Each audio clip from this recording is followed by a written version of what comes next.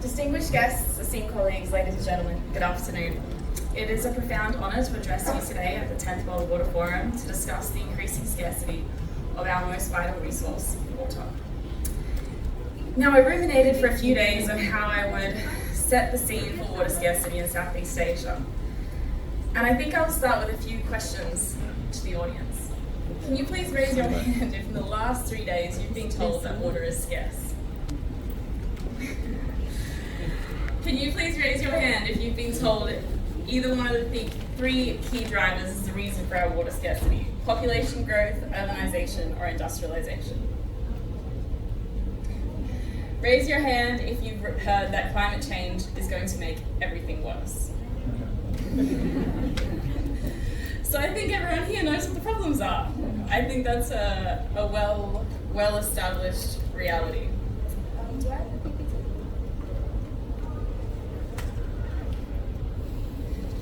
If there's no PPT, this one. Okay, thank you. So with this sentiment that everyone here already knows the problems, I hope to set the scene today highlighting some urgent actions and also demonstrating that there are tangible and practical solutions available to us that just require a bit of commitment and some hard work. As we know, water is the lifeblood of our communities, economies, and ecosystems. In the Asia-Pacific region, water resources are the foundation of agricultural productivity and economic growth. However, we are facing this significant and growing challenge. As you can see from this map, it lights up very red.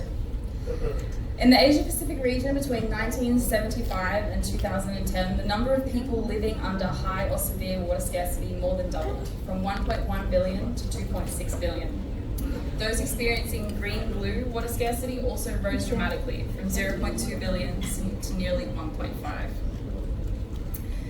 The Asia-Pacific region, a region that was once known to be a water plenty region, is now experiencing water scarcity, both localized and seasonal. Now, when I reflect on the term water scarcity and what it means to all of us, I've had a few very interesting conversations about what is water scarcity from colleagues that work on drought or work in the Near East and North Africa, and I get a raised eyebrow as, what could you be working on water scarcity in Southeast Asia? Southeast Asia is a beautiful, lush region, and this is a common perception. So what are we talking about when we talk about water scarcity? We are talking about either too little water, too variable water, overutilization, and poor water quality. And in Southeast Asia, our main issues are variable water, overutilization, and poor water quality. The 2030 Water Resources Group estimates that the global gap between water demand and supply will be 40% by 2030. For the Asia-Pacific region, this puts 90% of people facing an imminent water crisis. And like I said, the biggest issues in the Asia-Pacific region and East Asia is that we have too variable water, water quality issues, and also looking at localized water scarcity. So as you can see from these maps, the variability in precipitation over the course of a year in the East Asia-Pacific and also Southeast Asia is quite dramatic. And as climate change is starting to affect us more and more, we're starting to see a longer dry season and a shorter wet season. So what are the main challenges in Southeast Asia? Zooming in on the region, we can look at mainland Southeast Asia. Water scarcity is most pronounced in Myanmar, Laos, Thailand, Cambodia, and Vietnam. We're seeing some of the cities experience, due to overpopulation, it competing with other demands around the cities. We're also seeing the deltas facing acute water scarcity. And this is especially concerning as we're starting to see an increase of competition between agriculture, energy, and urban demands. Now there is one category missing from this slide. And I'm wondering if anyone can tell me what the fourth should be. Industrial use, yes. And the fifth? The environment, yes, thank you. The environment is the ever forgotten, needed sector that requires an allocation, and it's constantly skipped over in conversations about how much water we have, how much water we need, and where it should go. I actually forgot to put on my slide. I did, and then I updated my slide, and I thought my recovery was going to be to make the audience guess which one I forgot. Thank you, John. And as FAO, I must zoom in on agriculture. In agriculture, as we know, it accounts for almost 90% of all freshwater consumption in the Asia-Pacific region. And for large-scale irrigation, and Asia being home to some of our largest food baskets in the world, we're starting to see large competition between and in between and within large irrigation systems. This is particularly evident in Thailand, Indonesia, and Vietnam, where we're seeing falling groundwater levels that have led to economic competition between users and the loss of shallow groundwater for households. On top of all this, like I said, there's climate change, and this is particularly concerning for the Southeast Asian region, as it is more vulnerable to climate change risks due to its high dependence on natural resources and densely populated coastal areas. Deltas in Indonesia, Vietnam, Thailand, and Myanmar are particularly complex hotspots for climate change due to the vulnerability to flooding and the rising salinity due to sea level rise. So what are we doing about this at FAO? At FAO, for the past, I think, about 5 years now, we've been working on something called the Asia-Pacific Water Scarcity Program. And the objective of this program started out as a foray into trying to understand what are the big water issues in the Asia-Pacific region, how can we start to understand them and design solutions to address these. And we came up with the Asia-Pacific Water Scarcity Program.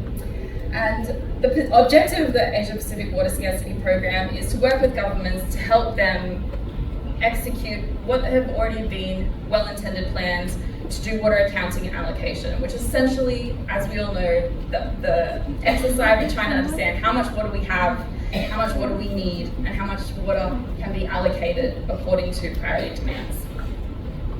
At the beginning of the speech, I said I would not only say what our challenges are, what are some of our hopeful solutions. And after the work that we've been doing for the past few years, some of our hopeful solutions are as follows.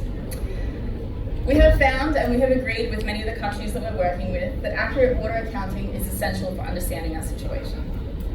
We must look at water quality as an essential foundation in water accounting and allocation. We need to understand now how to ensure that we can take actions now that won't have costly adjustments later. It is always easier now to plan for allocation than to over-allocate and try to rectify the situation later. And fourth, the investment in human and financial resources is fundamental for implementing effective water scarcity management policies. Fifth, river basin management offers a really good integrated approach to balancing competing needs and optimizing water use. We have a very small window of opportunity to really build capacities in this region. And river basin organizations and river basin management organizations really are the key stakeholder that we need to be working with in order to manage our resources better.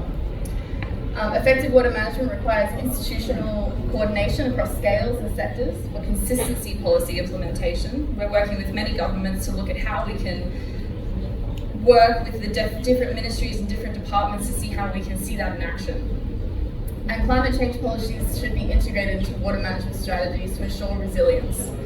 And I also attended a session this morning that also looked at the way in which we are seeking to solve the climate crisis, how that might also impact water resources. For example, hydropower, dam building, these are all approaches that we're using in climate change that will have unintended consequences on the water resource system.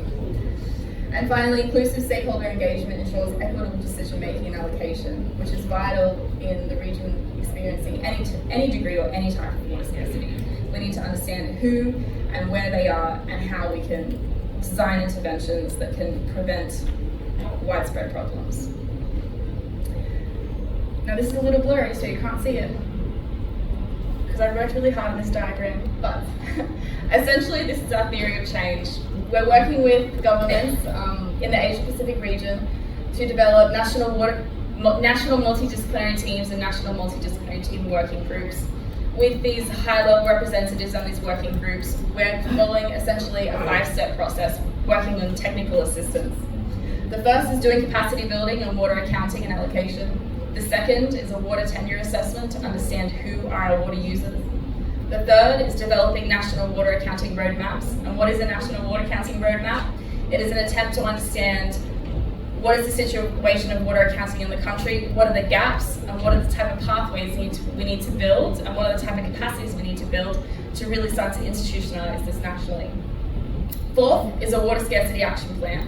What are the existing policies that are already being implemented in government, and what type of extra add-on initiatives do those policies need to have to ensure that we're thinking about a future with less water? And finally, after that, a water allocation framework.